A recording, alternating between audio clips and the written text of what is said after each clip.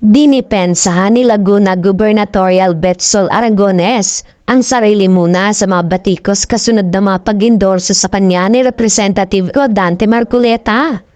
Bilang dating ABS-CBN broadcast journalist, nakakatanggap umano ng mga puna si Aragones dahil sa pagtanggap niya ng suporta ng mamabatas na may mahalagang papel sa hindi pagrinyo ng prangkisa ng nasabing network. Ayon kay Aragones, bukas ang kanyang kampanya sa kahit sinong nagnanais tumulong sa advokasya niyang makapagtayo ng maayos at kumpletong ospital.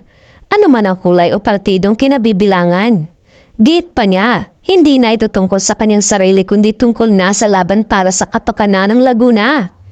Ipinunto rin ni Aragones na kasama siya sa nagtanggol sa malayang pamamahayag at ang pagsangkot sa politikang may hindi inaasahang pakikipag-alyansa ay hindi palaging nangangahulugang pagtataksil sa mga dating paninindigan. Sa kanyang grand rally noong May 3, pinatunayan umano ng mga pinuno mula sa iba't ibang panig ng politika, kabilang sina Bongo, Pia Cayetano, Francis Tolentino at iba pa, na posible ang pagkakaisa para sa isang layunin basta't ang mga ito ay para sa kapakanan ng mga Pilipino.